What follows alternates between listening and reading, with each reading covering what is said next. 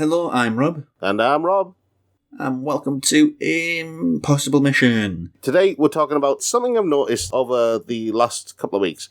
In the run-up to the release of Cyberpunk 2077, there seems to be this outrage, and I use the term within, very, very loosely, because I think it's more just capitalizing on the hype around Cyberpunk 2077, but there are a lot of people who seem to have this moral outrage towards clones and copies of Cyberpunk 2077.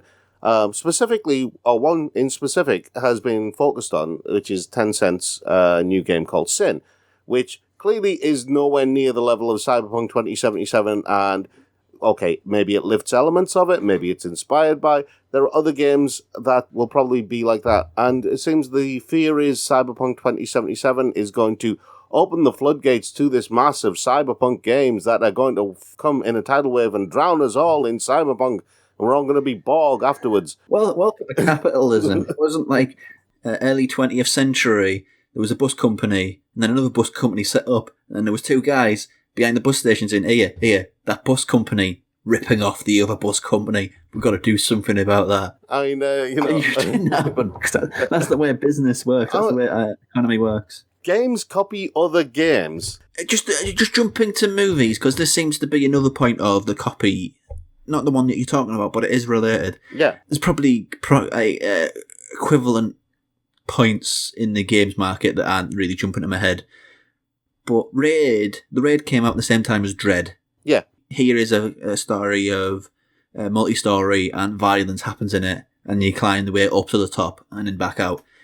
Because they're both the same, but one's ripping off the other. Are they? No, they're not. That's the thing. Fundamentally, they're two very different films, right? They just happen to be set in, a block of flats, and they have to fight their way out. Okay, fine. But fundamentally, they're two very different films. It's the same philosophy is there, though, because, you suggest that Sin is a copy of Cyberpunk. Well, it's not. This is the... Let me finish. But the thing is, that suggests it's, knocked out quickly. Yeah. This is a long project that they're taking years. The idea of the rip-off, it doesn't exist in games in the same way it does in other medium, because by its very nature, games take a hell of a long time to make. Look, all you Harry Potter fans out there, I'm going to shock you. Harry Potter is basically lifting elements of the story of Ender's Game by Orson Scott Card, and as much as I don't agree with some of Orson Scott Card's ideas, Harry Potter does take ideas from Ender's Game, but also takes them from a 90s graphic novel series called Books of Magic. It happens. It copied stuff from those. Every idea is a derivative of something else at some way. Let's just take, Spider-Man. Spider-Man, Marvel Spider-Man on PlayStation 4 is a beloved game. I will go to the hilt for it. I really, really loved it. Story, great. Yep. Getting around the world, so fun.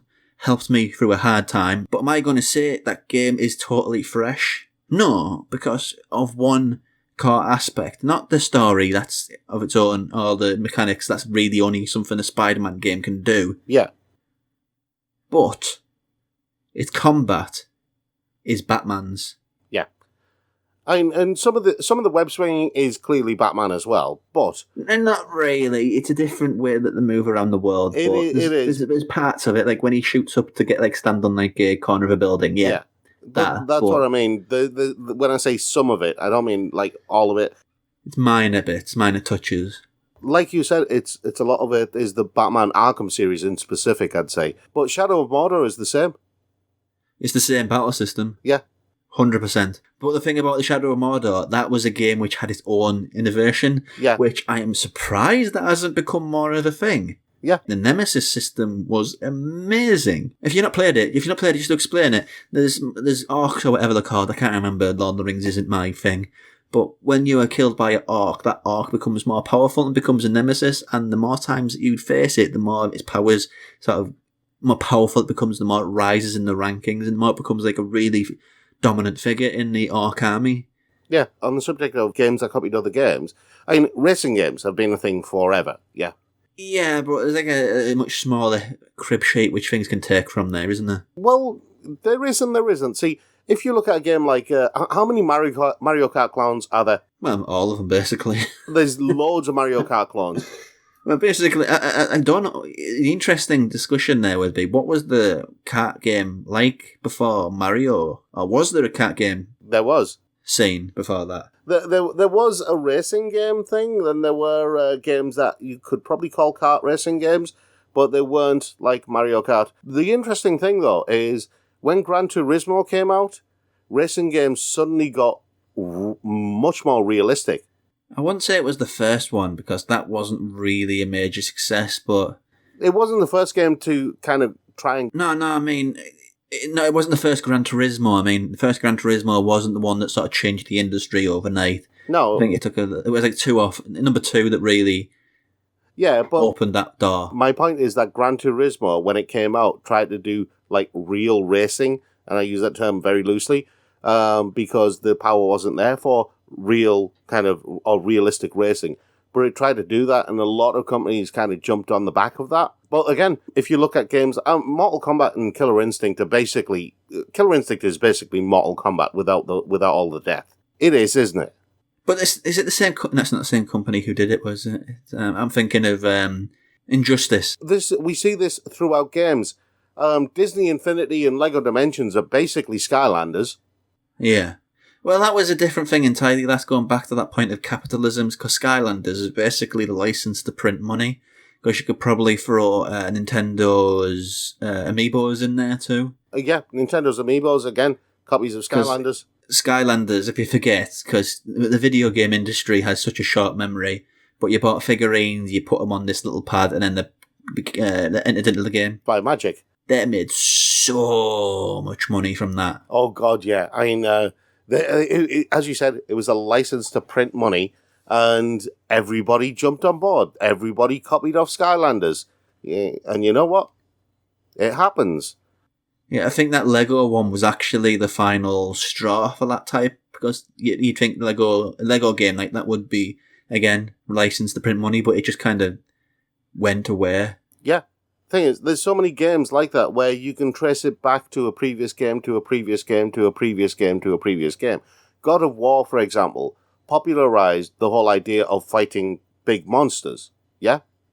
It made it popular. Yeah, I mean, actually, there's probably other ones before that, but yeah. But the thing is, it wasn't the first game to do that. It's just the one that made it popular.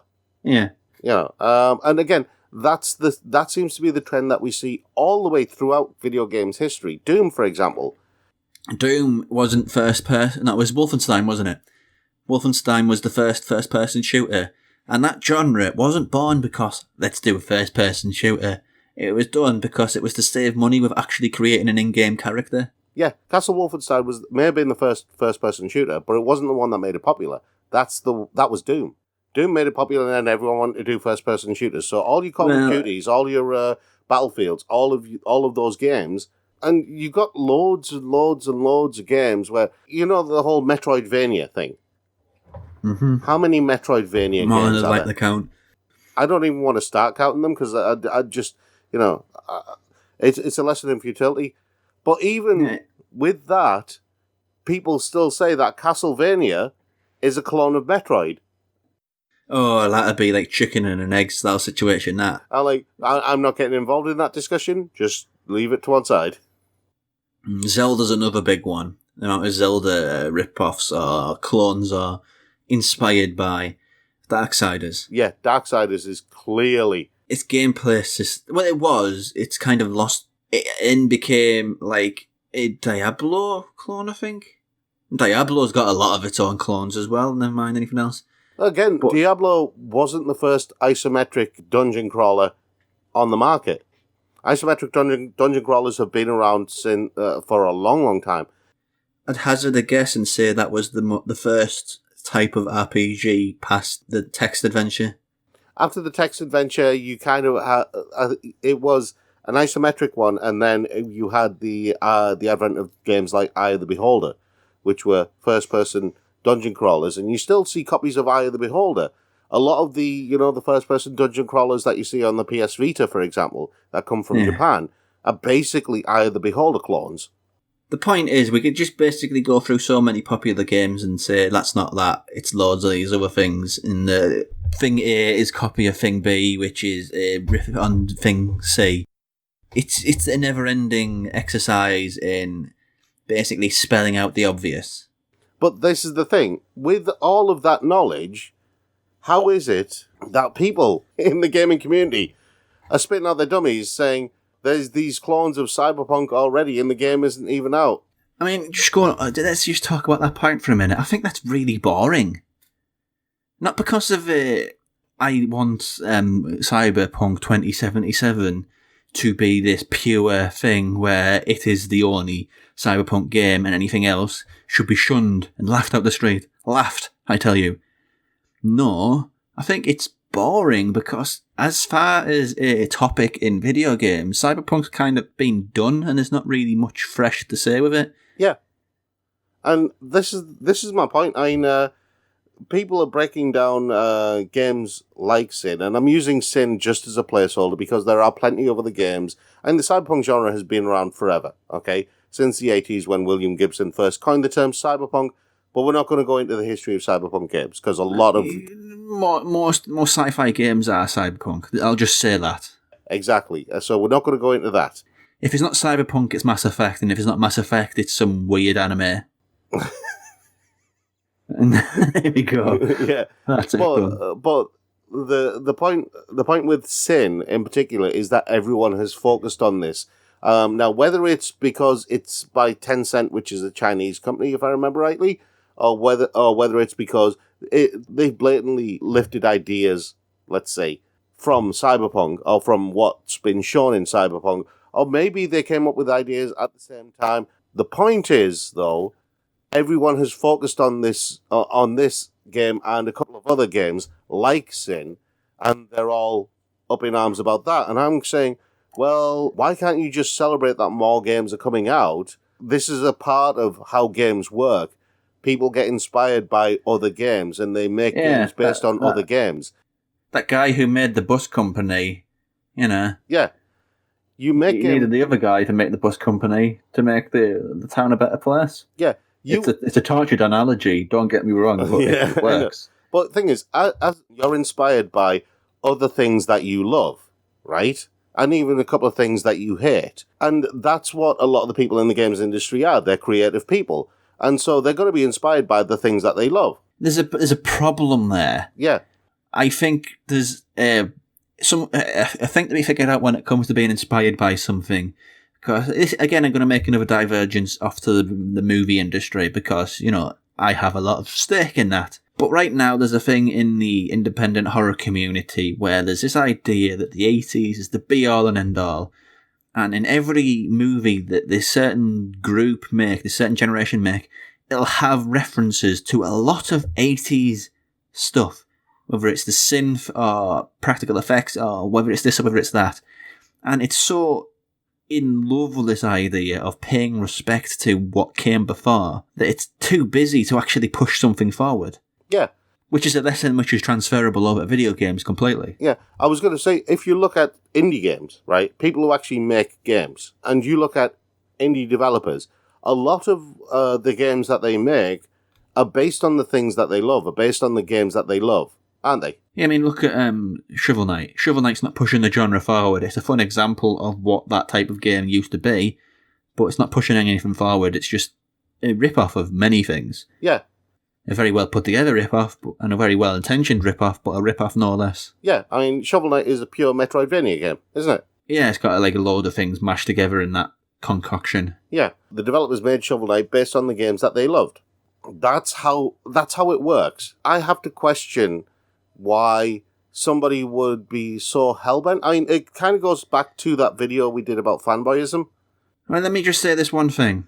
One of my favourite ever games is a rip-off. Dead Space is a rip-off because they wanted to make a game like Resident Evil 4, but they couldn't, so they made that instead. Yeah.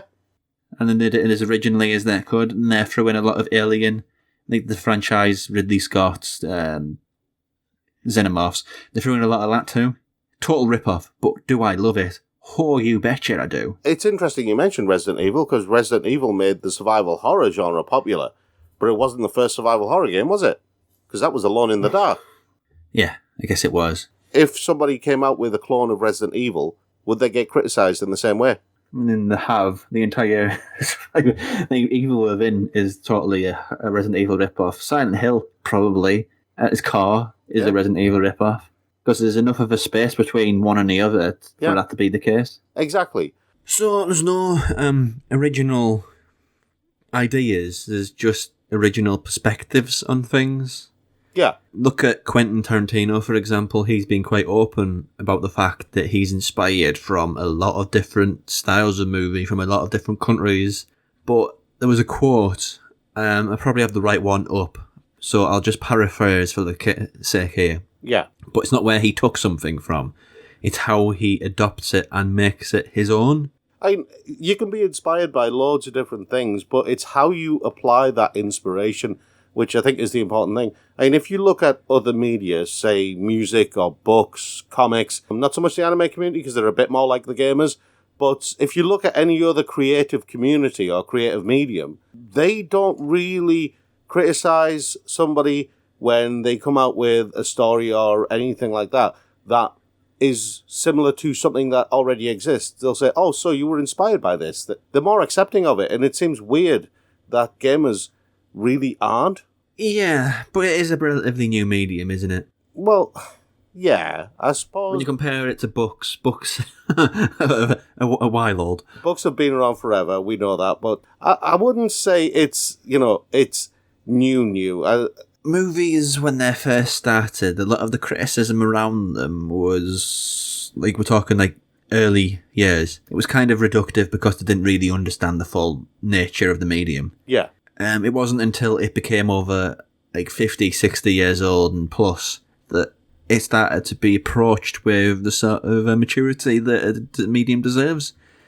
Video games, we're talking... Not far off that, actually. Video games, what, about 40-something? Around 40... It's 40 plus years old now. And that's what I mean. Yeah. It's got to the point where it needs to start taking responsibility for itself. So, games copy games. Yeah. Let's imagine the reverse, where games there could only be one type of a certain game, and then nothing could be inspired by it. So there'd only have ever been one football game. There'd only ever be a certain number of racing games, one for each type of racing company. There'd be a few RPGs. No, do you know what that would mean? Everybody would still be playing games for the ZX Spectrum, the Atari, the Commodore 64, stuff like that. It's just such a shallow way of looking at industry, because you're inspired by something and you think you want to show your love for it. Maybe that's one aspect of it. Or another approach to it is, it's just you want to express yourself, and you express yourself through the things that make you passionate. And people are passionate about, like, subgenres, styles, types of music. So to say you can only be one of it and then that's done, it's very reductive, and I think video games would be a much lesser place as a highlighter. Like one type, it'd be very few types of each type of game. Like, so take Stealth, for example. There wouldn't have been a Metal Gear Solid. Well, let's put it another way, right? There's an old saying, plagiarism is the first form of flattery, right? You want to copy the things that you love. And if you look at the indie games side of things, you have a lot of indie developers who basically churn out their version of a game that they love. Yeah, because in the case of some games, it's because those games aren't being made. Yeah. And they may have grown up with 2D side-scrolling platform games when they were kids. And that's played a big influence on how they actually look at games and the type of games that they prefer. And that recent game, was it Bloodstained, Ritual of the Night, or whatever it is? Yeah, on another one, like, I tease Shovel Knight a lot. Yeah.